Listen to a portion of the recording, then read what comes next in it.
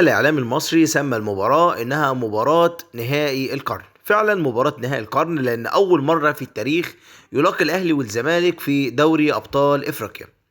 طبعا مباراة هتكون صعبة على الفريقين بالنسبة لإصابة وليد سليمان اللي كانت في مباراة سمات أبو قير الأخيرة.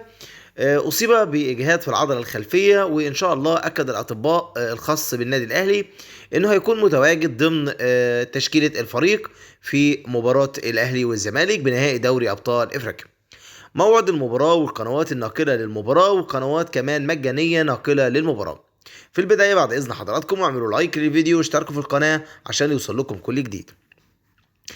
موعد مباراة الأهلي والزمالك دوري أبطال إفريقيا، المباراة هتكون يوم الجمعة الموافق 27/11/2020 في تمام الساعة 9 مساء بتوقيت مصر، 10 بتوقيت السعودية، 11 بتوقيت الإمارات.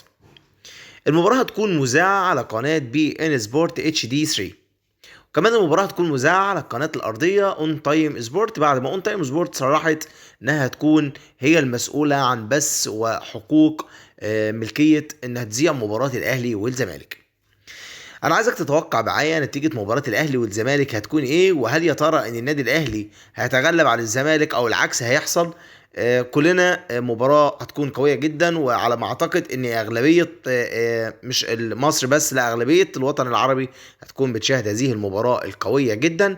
في النهاية قبل ما تطلع من الفيديو اعمل لايك واكتب لنا تعليق توقع فيه نتيجة المباراة، والى اللقاء في فيديو اخر.